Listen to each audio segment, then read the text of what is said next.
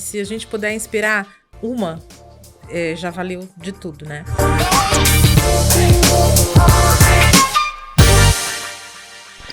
Oi, gente, meu nome é Nina Cortes, eu sou advogada, sou sócia do Guido Cortes Advogados e também sou diretora do Papo de Quinta.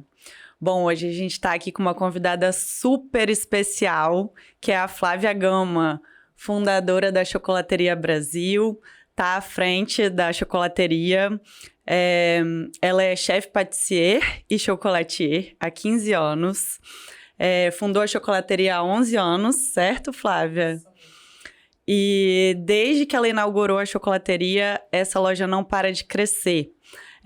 Ano passado, vendeu quase 50 toneladas de bombons, bolos e sorvetes. E agora a marca está com planos de abrir uma loja em Miami e também de abrir uma nova loja aqui em Vitória, que vai ser uma loja conceito, né? A Casa Chocolateria. Bom, primeiro, a gente queria te agradecer imensamente o convite, ter aceito. É uma honra estar aqui com você, compartilhando as suas histórias, entendendo mais, sabendo mais um pouquinho sobre toda essa trajetória. O tema, né, desse episódio hoje é a trajetória empreendedora da Flávia Gama. O papo tem totalmente sinergia com a sua trajetória.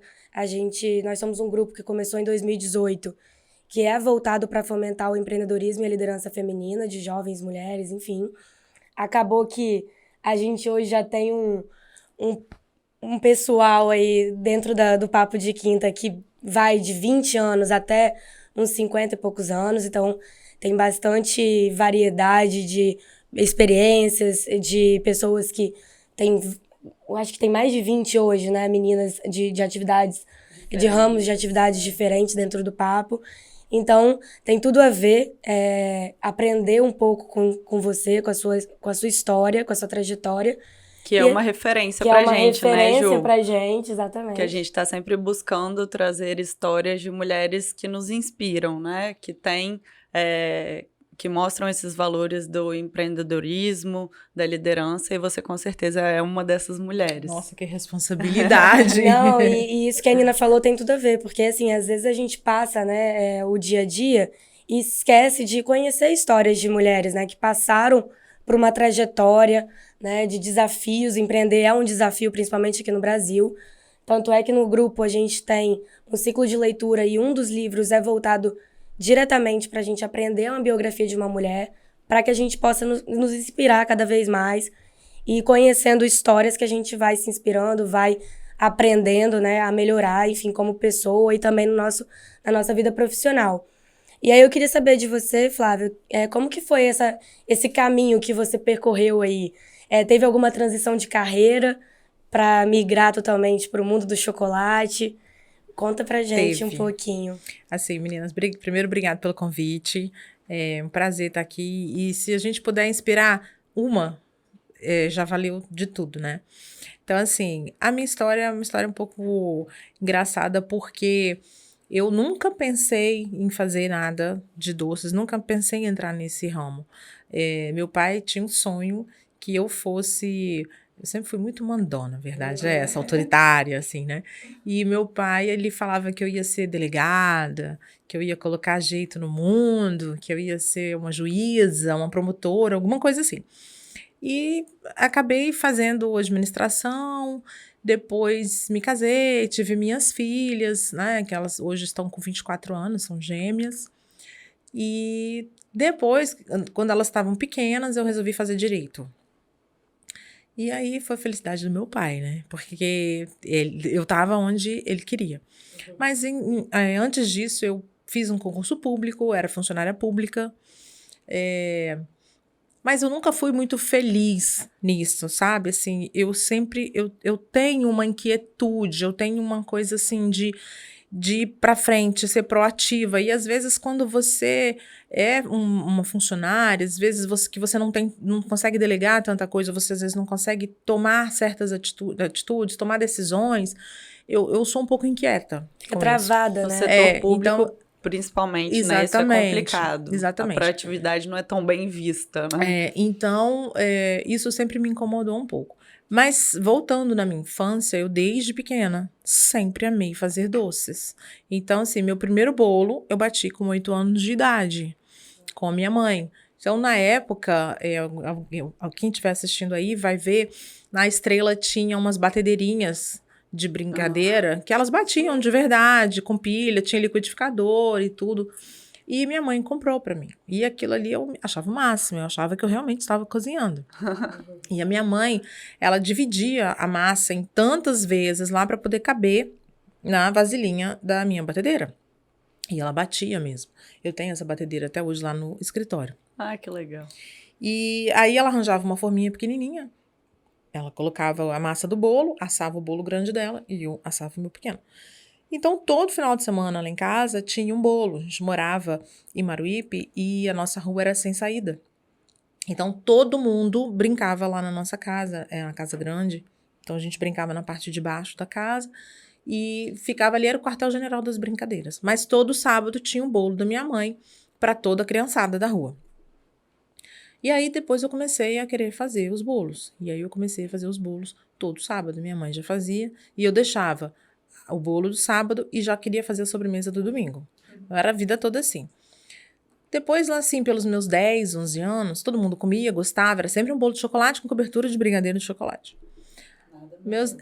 Aí, meus 10, 12 anos, já queria, assim, aniversário de uma prima. Eu já falava, deixa eu fazer o bolo. Sabe, assim, aquela coisa de eu sempre me prontificar a fazer. Quando eu tava com 12 anos, eu tinha um primo que ia fazer um aninho e a mãe dele resolveu fazer um aniversário e eu falei que eu ia ajudar. E era engraçado, porque eu com 12 anos, mexendo as panelas de brigadeiro e as adultas enrolando os brigadeiros. Era muito engraçado. E daí sempre me prontifiquei a fazer, mas nunca fiz nada para fora. Minha família também não tinha ninguém que fizesse nada para fora. Meu pai era funcionário público, então ele achava assim que realmente todo mundo era uma estabilidade você ser realmente A ideia de funcionário público. estabilidade, né? Do Exatamente. serviço público. Mas nada assim, né, da sua realização, né? Era a preocupação dele de estar estável, de Exato. você assim, não, qualquer coisa que acontecer, você tem ali o seu dinheiro no Sim. final do mês.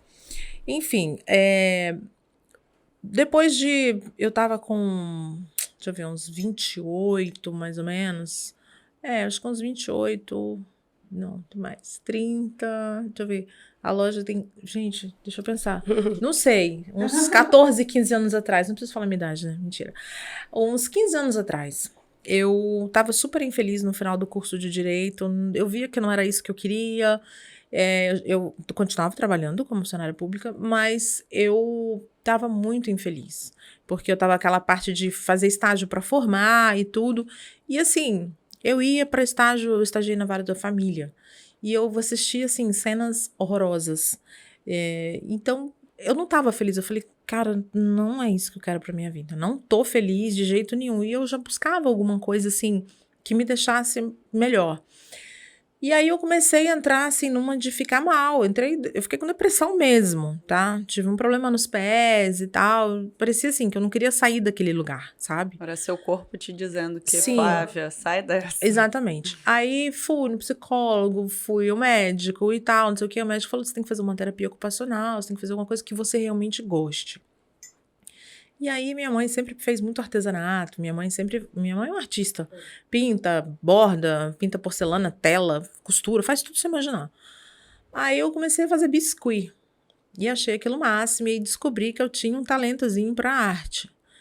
E aí logo eu comecei a querer estudar, na época tinha Fotolog, não sei se não é da época de vocês. É da época. E aí eu fiz um Fotolog pra mim, deve estar até hoje, sei lá, não sei se ainda existe, deve estar lá, se procurar. Acho que existe, tá? Vou procurar depois. E aí eu comecei a fazer as coisas, mas eu começava a procurar e eu via que tinha massa para fazer biscuit diferente, que tinha uma tinta diferente, que tinha uma ferramenta diferente. E eu comecei a procurar. E eu procurava e eu não achava vendendo aqui em Vitória. Ou era fora, na Argentina, que na época era famoso pelo biscuit, ou era São Paulo. E aí, quando eu entrava em contato com as pessoas para comprar, a pessoa falava assim, mas você quer comprar essa peça, você tem que comprar 50. Você quer comprar essa peça, você tem que comprar 30. Eu falava, caramba, como é que eu vou fazer? Comecei a juntar as pessoas que queriam comprar a peça, mas também não achavam. Comecei a comprar. Gente, eu montei uma loja virtual na época, embaixo da minha casa. Eu fiz, as minhas filhas já eram nascidas, tá? E eu comecei isso fazendo faculdade também, louca. Aí, eu comecei a montar embaixo da minha casa, eu montei um ateliê. Aí eu queria fazer aula com um professor de São Paulo. O que eu fazia? Eu trazia o professor, montava uma turma de 10, 12 pessoas e pagava o meu, pagava diária, pagava tudo e ainda tinha lucro, porque o pessoal ainda ia lá comprar material que não tinha no Brasil. Que legal, já tava veio a empreendedora Já tava saltando isso, aí. e a família da minha mãe, toda de comerciante, a família do meu pai também, toda de comerciante, eu sempre gostei disso.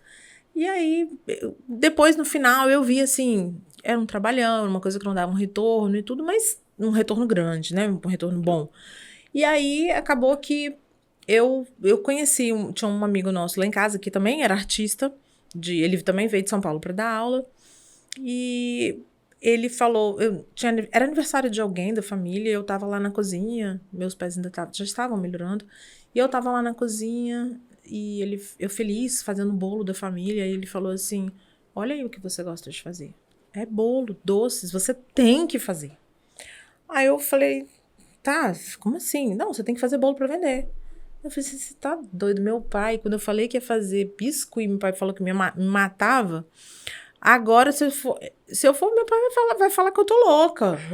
Aí ele falou, não, você tem que aprender. Eu tenho uma amiga minha em São Paulo e eu vou ligar pra ela e você vai lá e vai conhecer e você vai ver que legal que é. E ela faz muitas encomendas lá em São Paulo. Ligou. Ela falou, vem que eu vou recebê-la aqui. Aí eu falei, cara, eu vou. Vou ver o que é. E antes disso, nunca tinha passado pela sua cabeça fazer isso absolutamente profissionalmente? Nunca.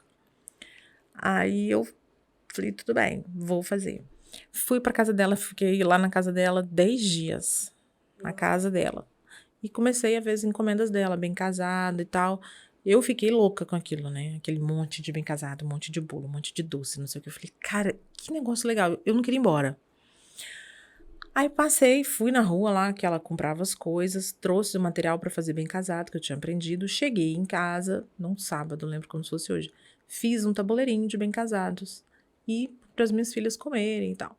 Um casal de amigos ia casar. Comeu bem casado. E no que o noivo que comeu falou, cara, é esse bem casado que eu quero pro meu casamento. Eu falei, cara, tá bom, tudo bem, mas eu não faço bem casado para vender. Ele, não, mas você vai fazer porque a gente já trouxe de não sei onde, eu não sei mais onde, e a gente não gostou, esse aqui é o melhor que eu já comi até hoje, você vai fazer, minha noiva vai entrar em contato com você e tal, não sei o quê. Como uma coisa puxa a outra, né? Aí a noiva entrou em contato comigo, e a noiva tava de promessa. Não ia comer doce até o dia do casamento. Quem tava provando era o noivo, a sogra e a avó da noiva. Aí ela me liga, Flávia, meu noivo, né, comeu bem casado, adorou e tal, eu queria experimentar. Eu falei, não, mas eu quero. Tá, mas são quantos bem casados? São 1000 bem casados. Não. Eu falei, o quê? 1000 bem casados. Primeiro cliente, 1000. Aí eu, tá bom, traz, eu sempre fui muito do desafio. Aí fiz os bem casados. Quando a mãe da noiva e a avó experimentaram, eu falei assim, é esse aí que você vai fazer. No meu casamento é tal dia, daí há meses, e eu quero contratar os bem casados.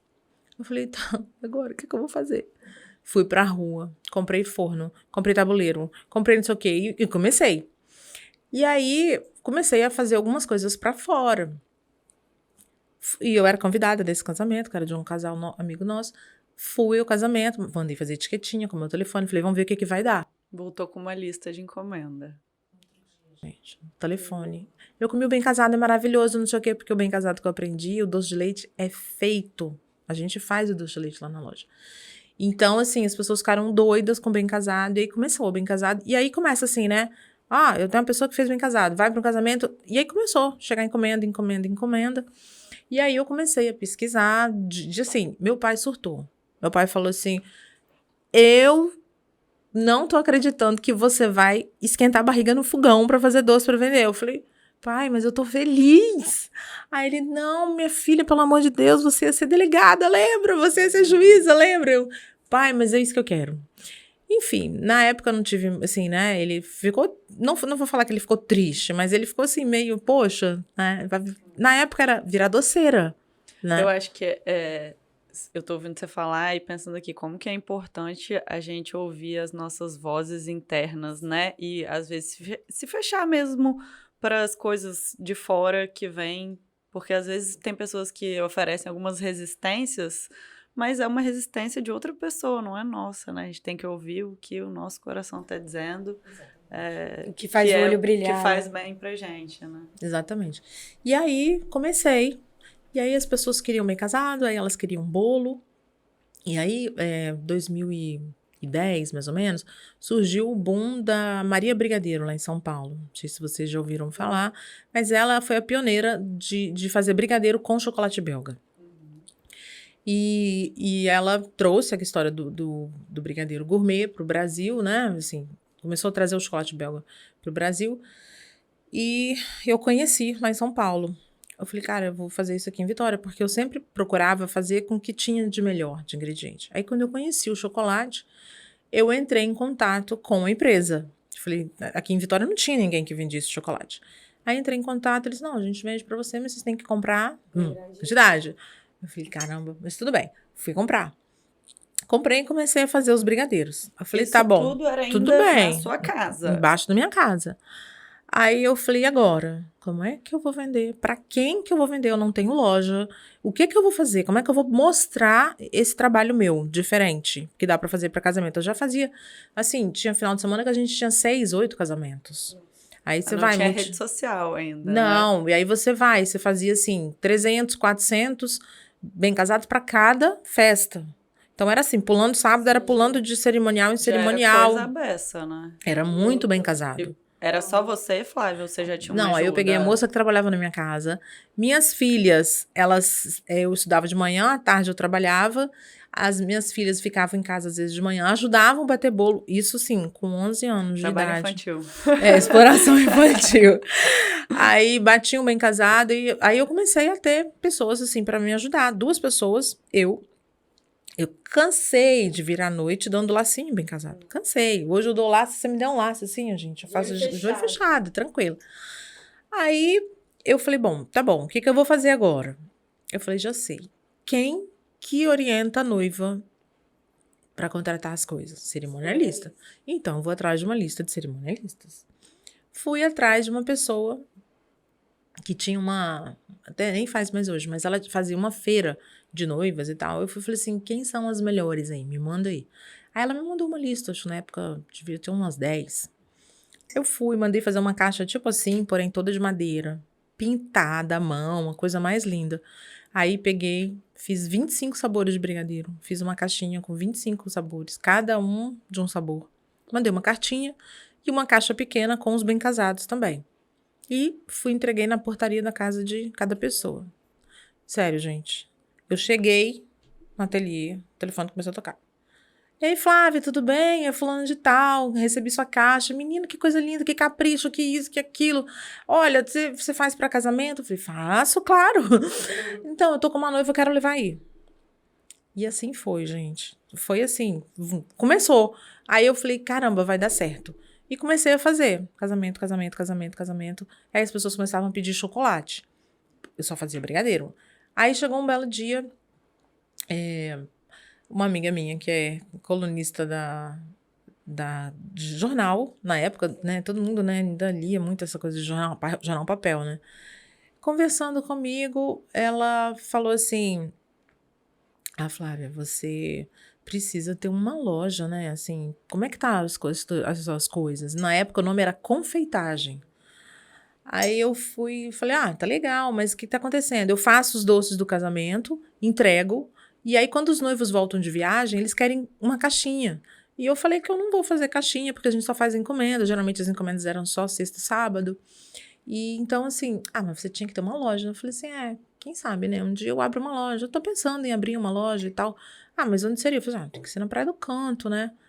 Gente, no outro dia, tava no jornal. Flávia Gama, procura uma loja na Praia do Canto para as formiguinhas de plantão. Aí o pessoal começou a ligar. Onde vai ser a loja? Onde vai ser a loja? Onde vai ser a loja? Onde vai ser a loja? Eu... Saiu no jornal. Agora eu vou abrir a loja. Criando a demanda antes foi da oferta. assim Que aconteceu a loja da chocolateria. E aí isso foi há 2011. 11 anos. Peguei a loja, gente. Final de 2010. A loja tava destruída, aquele ponto lá. Num lugar que todo mundo falava que ali tinha uma cabeça de burro enterrada. Aqui tudo que abre e fecha, tudo que abre e fecha. Mas o aluguel era um valor legal. Eu não tinha dinheiro para montar o negócio. Eu falei assim, o que eu vou fazer? Mas sabe aquela coisa assim, o meu não teve plano de negócios, eu não tive na época. Foi tudo intuitivo, né? Foi tudo muito E intuitivo. você Mas eu começou feliz, muito feliz. Com o seu dinheirinho que você tinha guardado, que você falou que você Que comprou dinheiro forno. guardado, presta atenção, mãe, com gêmeas. Que dinheiro que eu tinha guardado? Não tinha dinheiro guardado, entendeu? Então... E não era o nome chocolateria ainda também, Aí, né? não, aí quando eu abri a loja, aí já tinha mudado para chocolateria. Entendi. Eu comecei como confeitagem, depois virei Brigaderia Brasil, aí eu falei, não, eu quero uma coisa a mais. Aí acabou virando Chocolateria Brasil. Tanto esse desenho aqui, ele, se você for chegando, minimizando bastante a flor do cacau. Ah, que legal. E aí, montei a loja com o dinheiro que eu tinha, gente. Vendi o carro. Meu pai surtou, coitado, gente. E aí, meu pai me ajudou também. Comprei uma máquina de chocolate, meu pai me ajudou e tudo. Peguei os móveis que tinha em casa. Tem umas poltronas lá na loja que eram da casa da minha avó, que faleceu tem uns 4 anos, com 103 anos. Ah, que legal. Tem super Tem uma história. memória Aí depois foram pra casa afetiva, da né? minha mãe. Depois essas poltronas foram pra minha casa. E hoje elas estão lá. Tem poltrona que era no meu quarto. Meu quarto é onde minha mãe me amamentava. Tem poltrona lá na loja. Não. Então, assim, cada móvel ali tem uma história. E eu fui juntando, gente, com o que eu tinha. Eu paguei um arquiteto super barato. E aí fui montando. Eu falei, vou montar isso aqui. O pedreiro virou pra mim e falou assim, 5 semanas a gente fecha a loja. Monta, reforma a loja toda. Eu falei, massa. Gente, mexia no negócio, quebrava outro. Mexia em outro. Obra, Porque o né? prédio é velho ali. É. E aí, conclusão, a obra demorou 6 meses. Nossa. Abri a loja em julho de 2011. E no dia da abertura, éramos em 5 pessoas. No dia da abertura, a gente abriu meio-dia, aí tá faltando não sei o quê, vamos abrir 1 hora. Aí começou a chegar gente. Vai abrir daqui a pouco, vai abrir daqui a pouco. A gente vai abrir a loja às 5 horas da tarde, porque uma cliente empurrou a porta e falou assim, não vou mais esperar. E empurrou a porta, e foi assim a inauguração da Chocolateria Brasil. Não tinha varanda. Eu tinha 3 mesinhas do lado de dentro.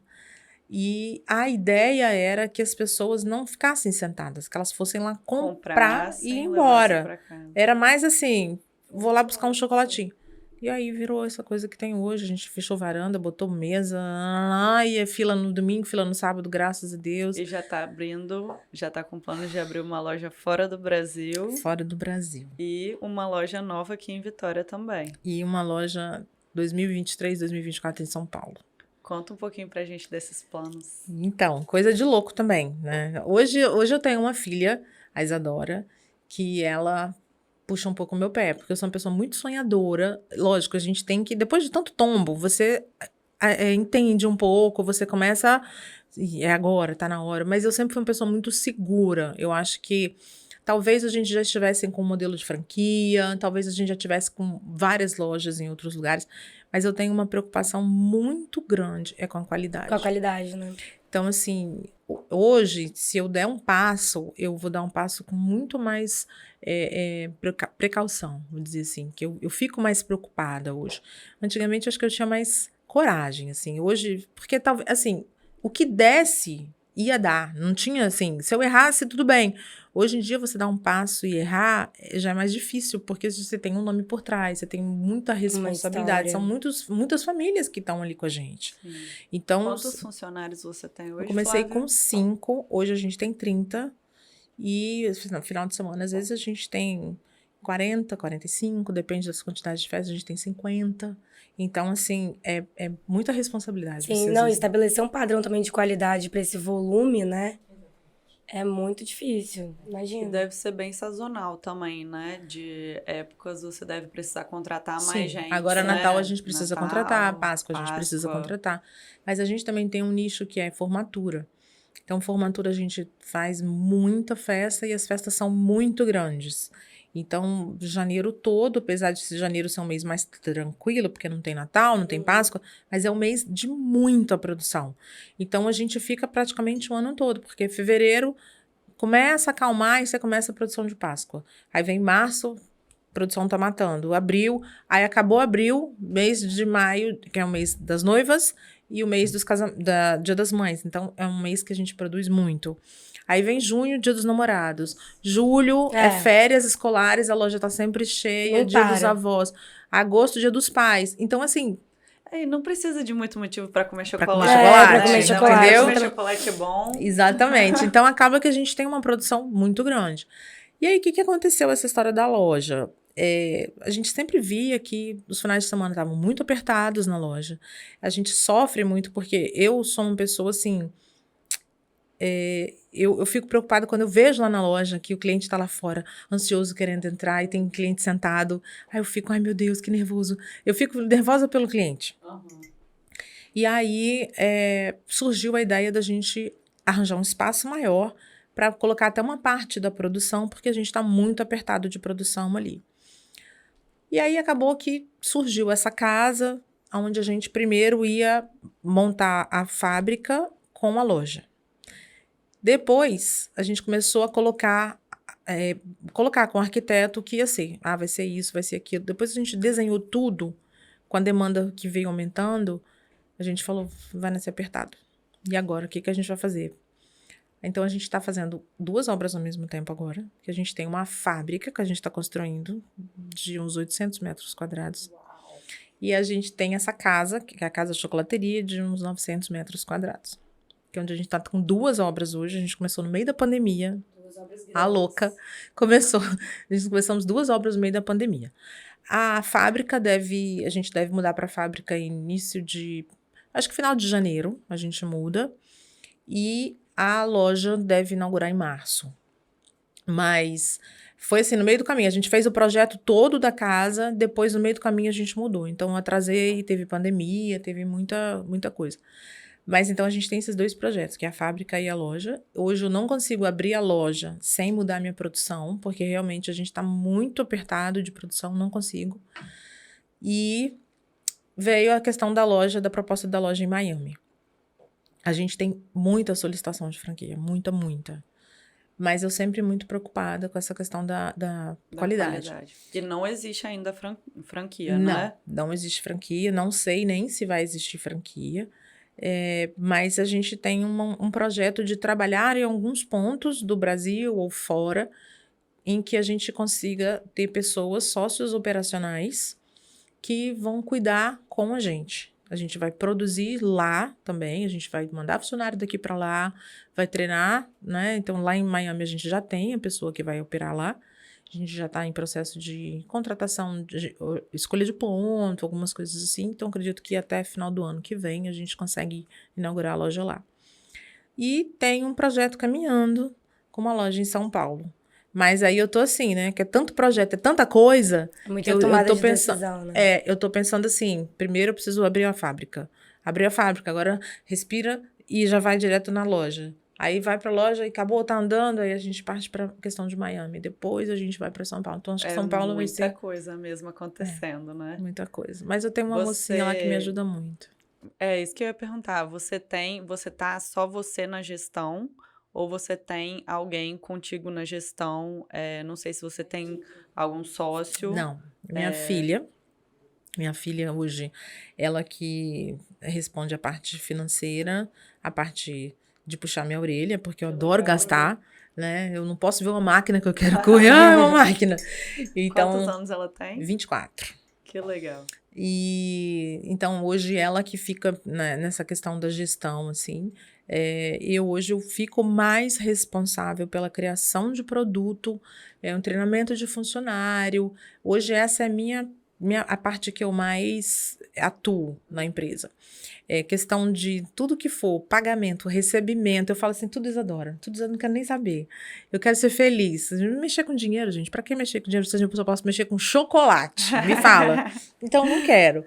Então, a Isadora hoje, ela cuida, mas assim, lógico, que é tudo muito conversado. A gente acaba, né, a gente tá ali o dia inteiro, ela mora comigo. Então, a gente fala praticamente da empresa o dia todo. É uma empresa familiar. E como que é isso? É tranquilo trabalhar com a filha? É tranquilo, tem um orgulho danado. Consegue separar já entendi que não muito, né? É trabalho de coisa pessoal. Não consegue separar, não consegue. E ela, assim, ela também tem um orgulho muito grande, sabe, de trabalhar naquilo ali. Tanto é que ela fez arquitetura. Ela não queria, ela pensava em fazer economia, ela pensava em fazer economia, psicologia e arquitetura. Acabou fazendo arquitetura. Ela gosta muito dessa coisa da arte também.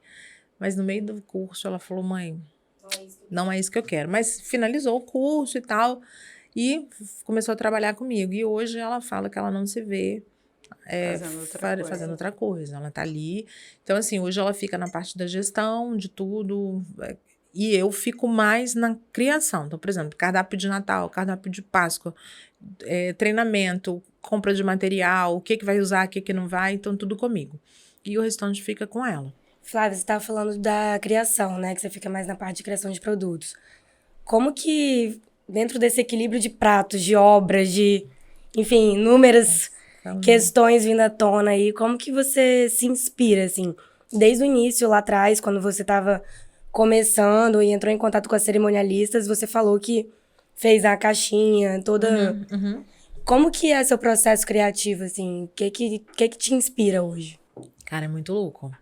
Eu acho que, primeiro, minhas maiores inspirações foram tomando banho, pra começar. Olha que loucura. Eu acho que é o momento que você relaxa, né? E aí você... Água quente. Desliga também, talvez né? sim. Do mundo. E assim, ontem, por exemplo, eu tive uma inspiração.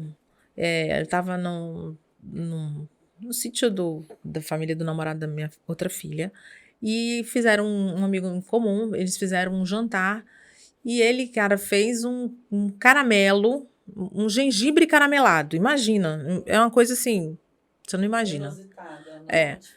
Cara, eu comi, eu fiquei louca. Eu falei, pelo amor de Deus, Rodrigo, o que você fez com aqui? Aí ele começou a falar, não, me explica direito, eu quero saber como você fez esse negócio.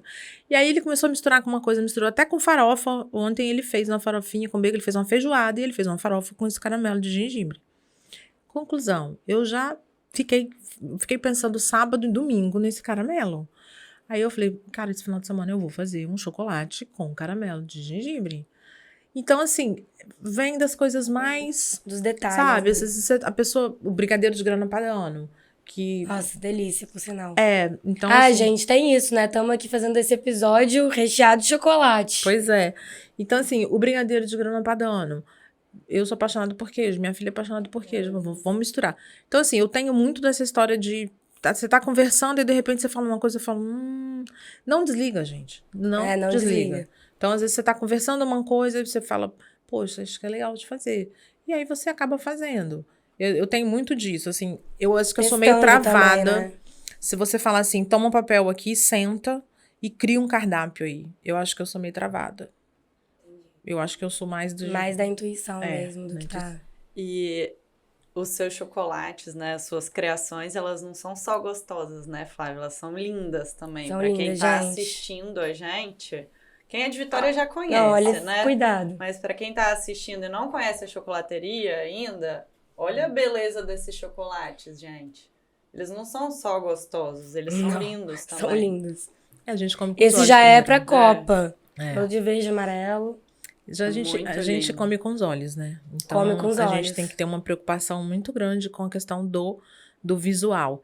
Então, às vezes, você começa a desenhar um produto, aí você pensa, tá, como é que ele vai ser? Como é que ele não vai ser? Então, antes, todo mundo que chegava lá na loja falava assim, eu quero um chocolate de café.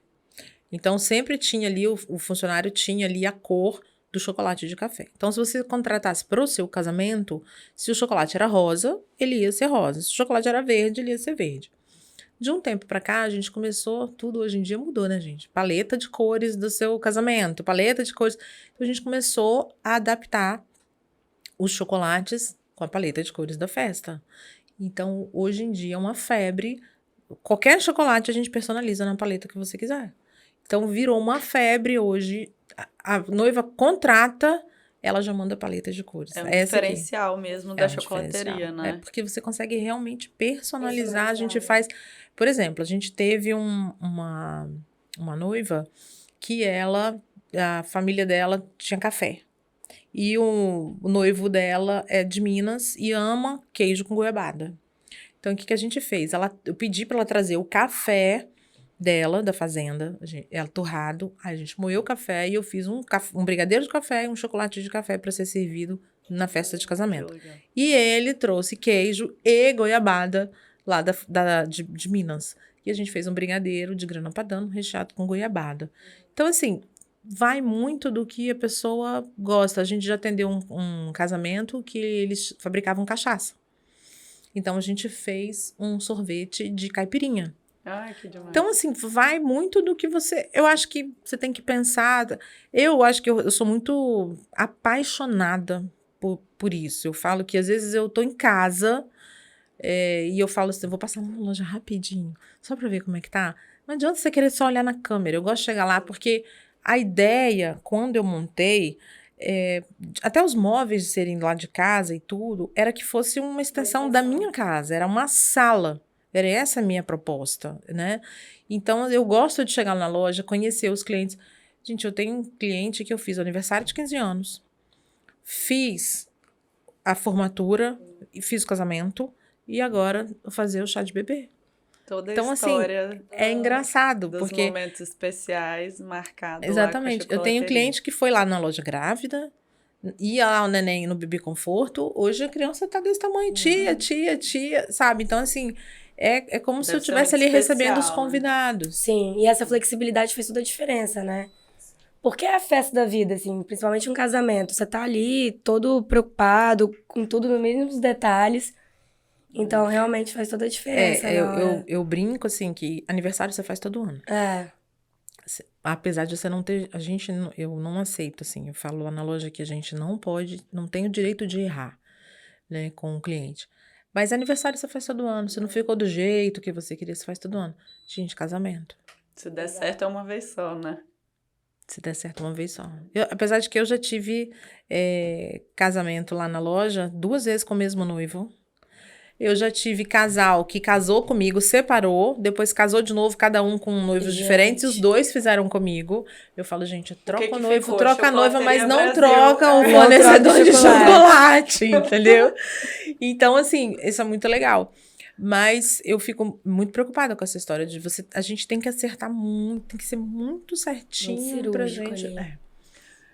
Flávia, pelo que você está contando, já deu para perceber que 2 coisas são muito importantes para você e me parece que nortearam, né, a sua trajetória, que são a excelência, né, na qualidade do produto e a paixão pelo que você faz. Tô certa?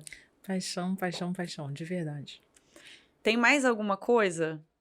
Alguma coisa que te trouxe até aqui, que esteve com você desde lá do começo e que você acha que é responsável pela sua trajetória de sucesso? Eu acho que minhas filhas têm uma grande parte nisso, sabe? Eu me separei, elas tinham 1 ano de idade. E assim, você olhar aquelas 2 meninas ali, saber que elas dependem de você, elas precisam de você. Eu acho que eu olhava para elas e falei assim, eu posso errar, mas eu não posso desistir. Né? Então, assim, isso meio que te traz mais força, te traz mais vontade. E você poder mostrar para elas um bom caminho, você mostrar para elas que você trabalhando, você consegue, tentando e teimando e insistindo, você consegue. Então, eu acho que hoje é o que eu falo, sempre falei para as minhas filhas. Meu pai, no final, ele já era assim... super orgulhoso, ele ia todo dia na loja, fez 7 anos agora que ele faleceu, infelizmente, não, 8 que ele faleceu, infelizmente, mas ele ia toda tarde lá na loja tomar um cafezinho comigo, às vezes quando eu saía na televisão, no jornal, ele, minha filha e tal, super orgulhoso. Mas o que eu falo muito, assim, para as minhas filhas, que elas precisam fazer o que elas gostam. Não importa, a Vitória, desde 8 anos, ela falava que ela ia ser médica, desde menos 5 anos, 6 anos, ela já falava que ela ia ser médica. Então, formou semana passada, médica, graças a Deus. A Isadora tá comigo e tá super feliz. E ela tá se desenvolvendo cada vez mais. Agora quer fazer pós em gestão, quer realmente tomar conta. Então, fico muito feliz. Né? E assim, eu acho que você fazer o que te faz feliz, não importa se você vai ser uma coisa, outra coisa, às vezes a pessoa vai falar assim, nossa, mas você vai ser doceira, né? Porque antigamente, gente, não existia profissão de chefe. Hoje que tem curso de faculdade de gastronomia, poucos anos, né? Então, não existia isso. E eu falo muito isso para as minhas filhas. Vocês têm que fazer o que vai fazer vocês felizes. Não importa a profissão. Se você quiser ser psicóloga, Isadora, que ela estava em dúvida, você quer ser psicóloga, você vai ser a melhor psicóloga. Você não vai ser a melhor a psicóloga porque você vai falar que você é melhor com arrogância ou prepotência. É porque você vai estudar, porque você vai se dedicar e não tem como você não ter retorno de uma coisa que você não se dedique, que você ama. Não tem, não tem errado. E eu acho que vai muito com a questão da confiança também, de você se valorizar ao ponto de ser confiante e ter coragem para poder bancar os riscos, né? Porque se você não confia no seu taco também, para tomar... Eu vou te falar uma coisa. Teve uma vez, eu já falei isso em algumas palestras, tipo assim, vamos expor hoje, cheque especial, R$1.000. Teve uma vez que eu tava assim, apertadaça, pagando... escola de filho, roupa. Gente, criança pedia roupa. Imagina eu com duas, porque eu não tinha como aproveitar de uma para outra, não. Tá, eram duas. E aí eu falava, caramba, bicho. E eu sempre fui muito assim, mais orgulhosa de pedir dinheiro pra mãe, pra pai, essas coisas assim. Eu não gostava muito. Sempre gostei de me virar, assim, sozinha. Tá tudo bem, filho? Tá tudo ótimo, né? E aí, cara, eu pagando conta. Eu furei meu cheque especial. Eu, tipo assim, eu tinha R$1. Menos R$1, né? Não, menos R$999 na conta. Eu tinha R$1. E eu falei, cara, tem que pagar a escola das crianças semana que vem e tal, não sei o quê. Eu falei, Jesus, o que eu vou fazer? Gente, juro. Chegou uma encomenda lá. A mulher chegou em dinheiro, pagou, assim, tipo assim, encomenda que era daqui a um ano. Ela pagou, eu falei assim, não, já vou pagar logo porque eu tô com dinheiro e tal, não sei o que. Sabe assim, era o dinheiro que ia pagar a escola das meninas, assim, uns 4, 5 meses, que eu ia ficar tranquila. Então, assim, primeiro, Deus. Eu acho que tem tudo de Deus nisso. Fé, né? Fé. Não desisto. E essa questão de você fazer o que você gosta. Acreditar que o que você faz é o melhor que você pode, eu acho que dá certo. Acho que Deus não abandona a gente. Com certeza. E dentro dessa sua história, assim, qual o maior desafio que você sente que você passou, né? Eu tive um desafio em 2015. Eu tive um câncer em 2015. E isso me pegou, assim, sabe? As minhas filhas estavam... Desestabiliza, né? Muito, muito. Meu pai tinha acabado de falecer. Foi muito, assim, meu pai estava bem, de repente... Sabe? Foi muito brusco essa história dele. E aí, 3 meses, 4 meses depois, eu comecei a me sentir mal e descobri um câncer. E nesse período, isso foi 2015, eu estava com 4 anos de loja. Foi bem difícil. Minhas filhas estavam ainda muito abaladas por causa do falecimento do meu pai. Eu ainda muito abalada também. Dando muito apoio para minha mãe e tudo. E foi uma época muito difícil, porque eu tive que fazer uma cirurgia de urgência. Depois o médico falou que ia ficar tudo bem. De repente tinha dado metástase e eu tive que fazer químio, muitas sessões de químio, muitas sessões de radioterapia. E isso conciliando ainda com a loja, né? Exatamente. E assim, com eu fiquei... a vida, né? Fiquei... Que não para. Minhas filhas iam de vestibular, né? Então foi muito apertado. Depois eu tenho algumas sequelas da radioterapia, né? Do meu processo, da minha cirurgia. Eu precisei tirar várias cadeias, né, de linfonodos da virilha. Então, eu tenho uma sequela, que é uma coisa que eu trabalho todo dia, mas é uma coisa muito difícil. Vocês veem que eu fico aqui o tempo todo me mexendo, trocando perna. Eu tenho uma dificuldade muito grande. Eu tenho muita dormência. Neste momento, minhas pernas estão muito dormentes. Ai, meu Deus. Mas, então, eu tenho uma dificuldade muito grande, tenho uma... circulação muito, muito baixa das coxas, né? Da virilha para baixo, das duas pernas. Na cirurgia ainda atingiu um nervo, então eu tenho uma dificuldade, tenho um derrame no quadril. Isso me deixou, assim, muito triste, porque o que eu mais amo fazer, que é realmente ficar na cozinha, hoje eu não consigo mais.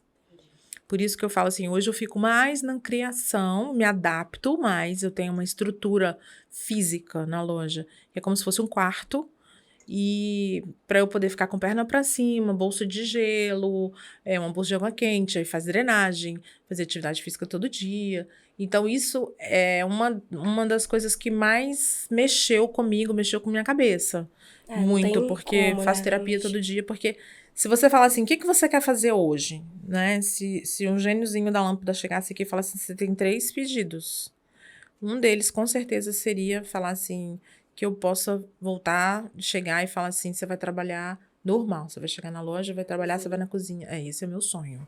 Eu, infelizmente, não consigo. Tem uma cozinha que trabalha comigo, funcionários trabalham comigo desde antes da loja abrir, então eu tenho uma equipe muito boa, mas eu não consigo. Se eu falar pra você que eu vou ficar hoje, se acontecer algum problema e eu precisar entrar na cozinha pra ajudar, 3 dias de dores nas pernas, às vezes não consigo levantar muito, pernas muito roxas, inchadas, enfim. Esse, pra mim, é o meu maior E desafio. se adaptar a isso, né? Adaptar a uma paixão que é estar na cozinha deve ser realmente... Mas é legal, muito legal você. Obrigada por você compartilhar isso com a gente, porque é uma situação delicada, né? E eu acho que muitas pessoas desistiriam, né? Sim. No seu lugar, acho que a nossa saúde é uma coisa que acaba Norteando tudo, né? influencia em tudo na nossa vida. Então, eu vejo muitas pessoas se vitimizarem em situações como a que você passou. E você, pelo contrário, você deu um jeito e tá aí. E o mais engraçado, assim, a equipe parece que se uniu ainda mais, sabe? Eu tenho uma equipe muito boa, muito boa. A minha cozinha, cara, são meus braços. Eu brinco, né? Eu falo, vocês são meus braços e são minhas pernas. Que é onde eu não consigo alcançar hoje, vocês são meus braços e minhas pernas. Então eu tenho, eu sinto que a gente tem um carinho recíproco, uma admiração recíproca. Então eu acho que a gente consegue trabalhar muito bem isso. Então eu fico muito feliz porque elas meio que compraram meu sonho, sabe? É como É o se todo mundo coração, né? sonhasse junto. A É cozinha é o muito, coração do... eu falo assim, eu queria tanto estar aí com vocês, às vezes Uhum. eu falo, mas às vezes eu sei que elas vão ficar até mais tarde, às vezes eu fico até mais tarde no escritório, aí elas entram lá, elas me chamam muito eu chamo todo mundo de tia, brincando, elas também me chamam de tia, aí às vezes eu tô lá no sofá, deitadinha, assim, com a perna pra cima, às vezes eu tô na minha cadeira lá, com a almofada em cima da mesa, de chinelo, e aí elas... Você tá aí ainda? Eu falo, tô, só vou embora depois na hora que vocês forem, mas eu tô aqui tranquila, pode ficar tranquila. Então, assim, tia, você vai ficar com a perna roxa, tia, amanhã. Eu falo, não, fica tranquilo, tô bem. Então, elas têm uma preocupação muito grande comigo. Carinho, né? Um Legal. cuidando do outro. Legal. Eu ia te perguntar mesmo sobre a equipe, né?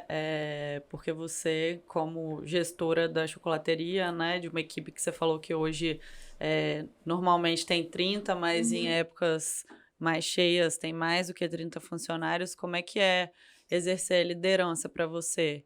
O que você acha que é a habilidade mais importante para você ter essa harmonia da sua equipe?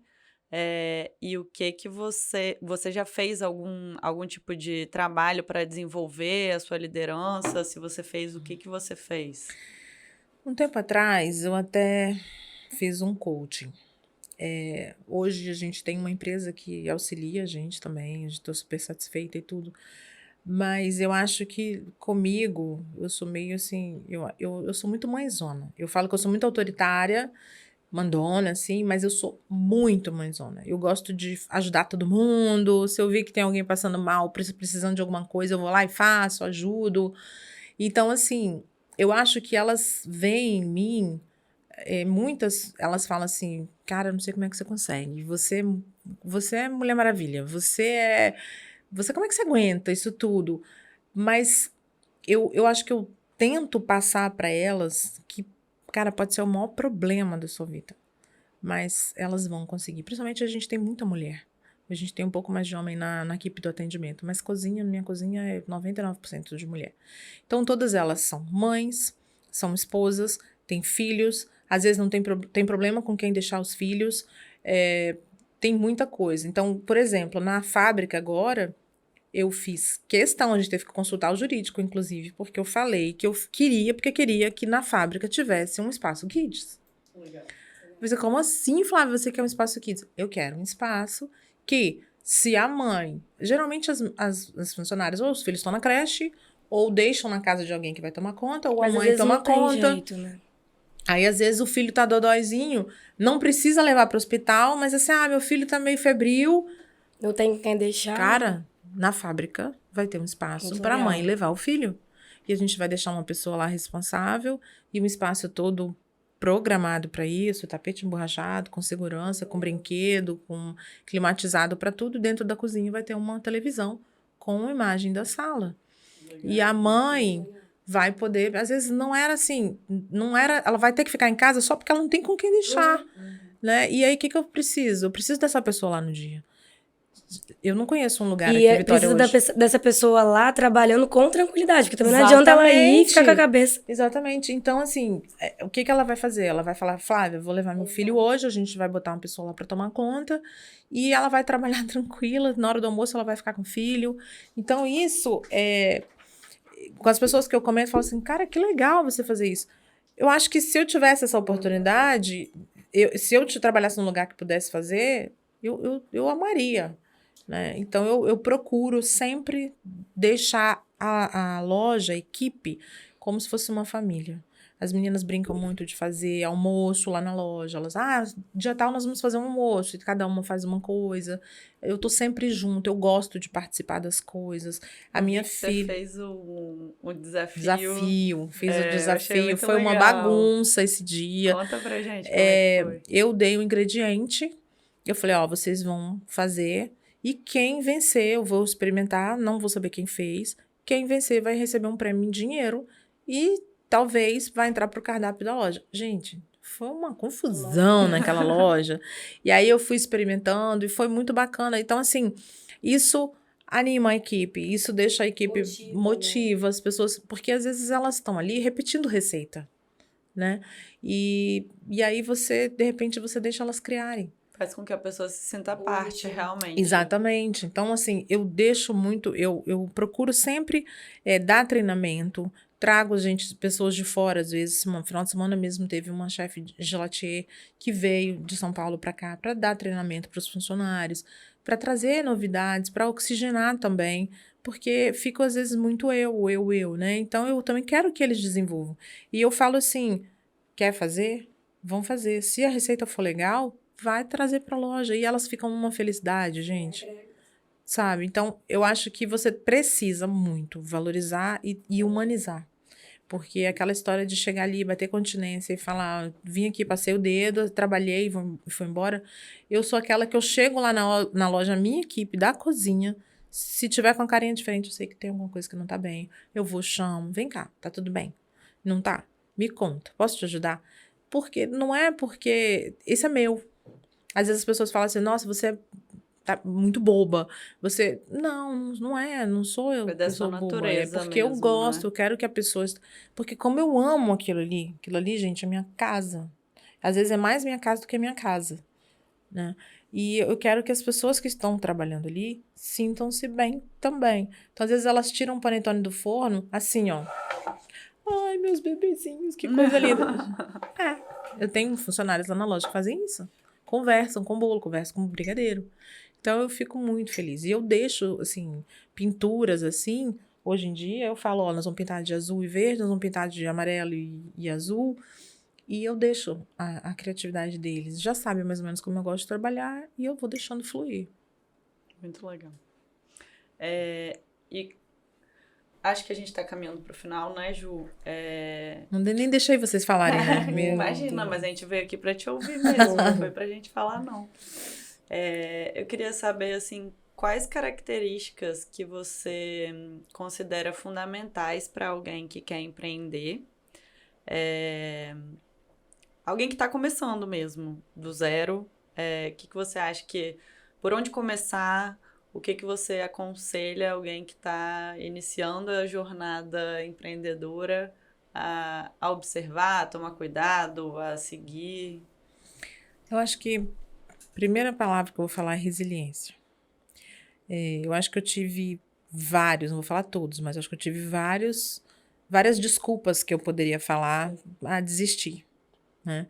E como eu sabia que era isso que eu queria, então eu passei por cima de qualquer coisa para poder continuar realmente o meu sonho. Então, eu acho que quem quer começar, seja fazendo chocolate, seja vendendo roupa, seja fazendo qualquer coisa, montar um salão, eu acho que a primeira coisa que ela tem que fazer, ela tem que parar e falar assim, eu vou ser feliz fazendo isso? Né? Não adianta você fazer pensando no retorno financeiro. Uma pessoa infeliz, o dinheiro nunca vai ser suficiente para ela.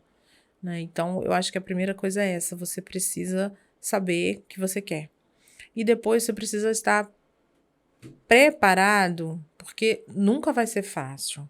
Sempre vai ser difícil, sempre vai ter uma pedra no caminho, sempre vai ter um obstáculo para você passar e vai passar. Vai passar. Tudo passa, né? Tudo passa.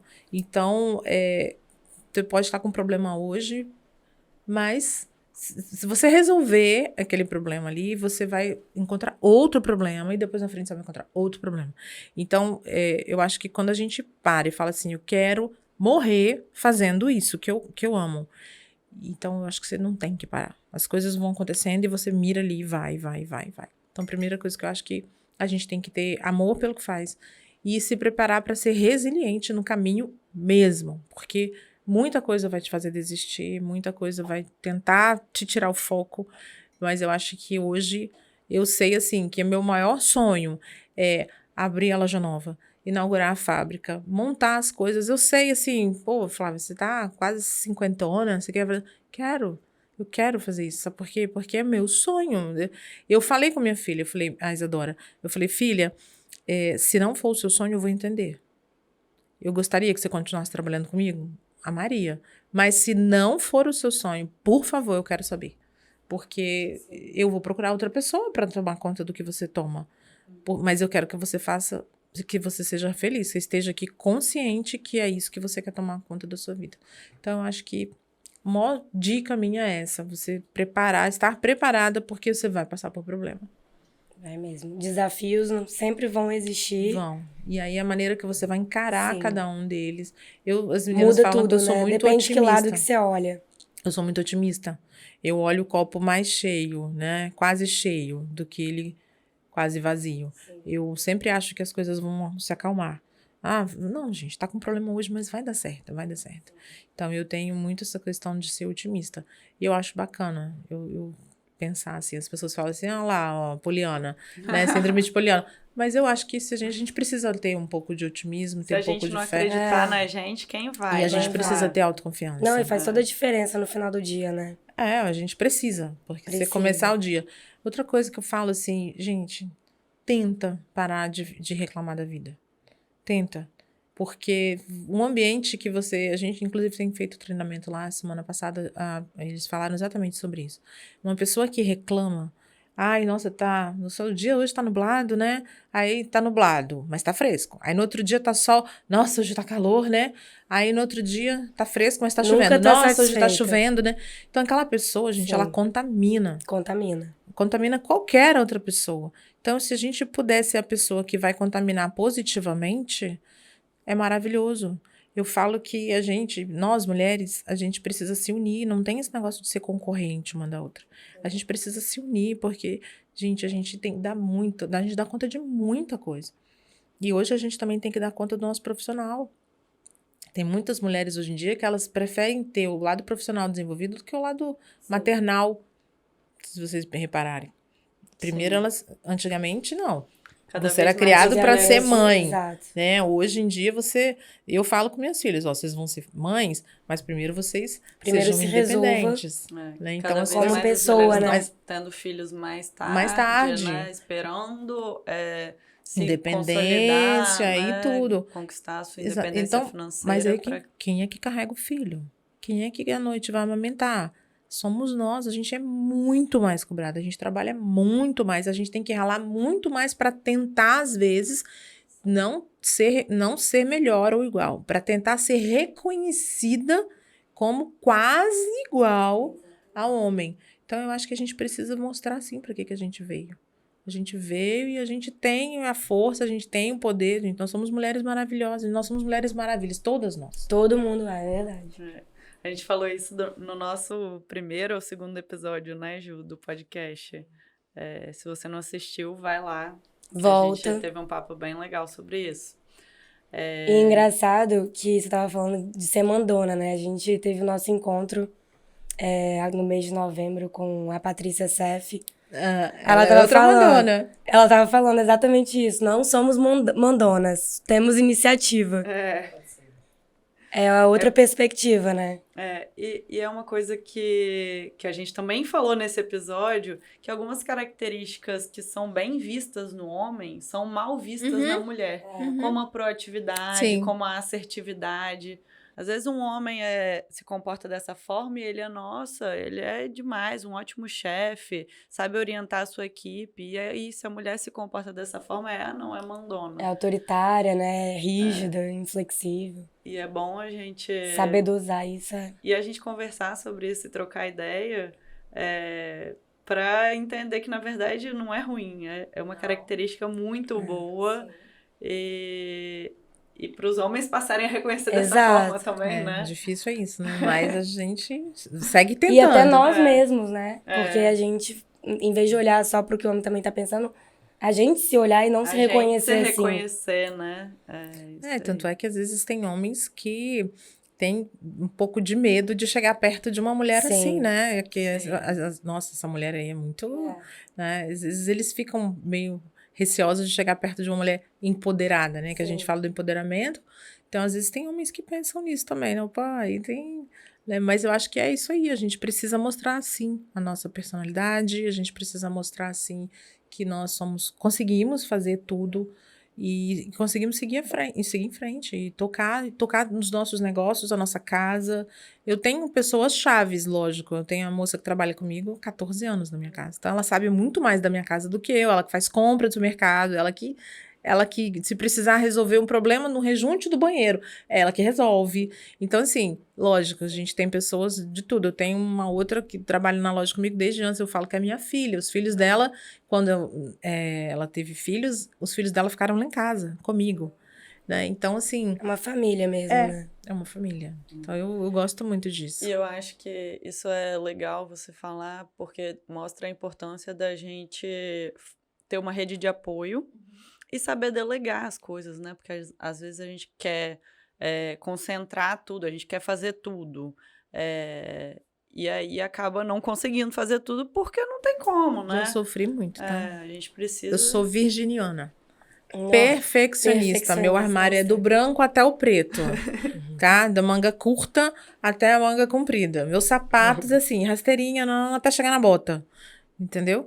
Então, eu sempre queria dar conta de tudo. Hoje em dia, eu já sei... Né? Quando eu fiz o tratamento, eu precisei ficar longe. Então, as coisas continuaram, gente. Elas andaram. Melhor, ninguém é insubstituível, né? E eu acho que o bom gestor, ele se prepara para poder se ausentar quando for necessário, para ter alguém que possa substituí-lo quando for necessário. E tudo né? fluir, né? Sim, e tem que fluir às vezes melhor. Bem, né? Porque você surta se você ficar ali no negócio ali.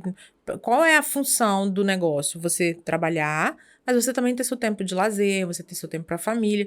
Se você viver 100% do seu tempo ali, você não tem qualidade de vida. A importância do ócio criativo até, Exatamente. Né? Se você fica o tempo inteiro ali na gestão e não tem um tempo para poder pensar e refletir, como que você abre espaço para criar, né? Então, é importante o silêncio, aquilo que você estava falando de colocar em modo avião, né? O telefone. Maravilha, gente. Vocês têm que tentar isso. Pega o telefone de vocês, deixam 1 hora no modo avião por dia. Na hora, assim, que vocês mais quiserem. Nossa, eu tô nervosa. Deixa o telefone no modo avião. E, esquece do mundo. Naquela horinha ali, vai fazer as coisas que vocês amam. Nossa, gente, depois vocês se preocupam com o que vem pra frente. Mas faz o teste. 1 vez por semana, 1 vez por dia. Pode fazer. Flávia, infelizmente, nosso tempo acabou. A gente quer te agradecer demais por ter topado vir conversar com a gente. Já queremos você num encontro presencial do Vamos fazer, vai ser um prazer. Muito obrigada. Eu que agradeço. Obrigada a vocês. E é isso. Todos os dias faça a diferença.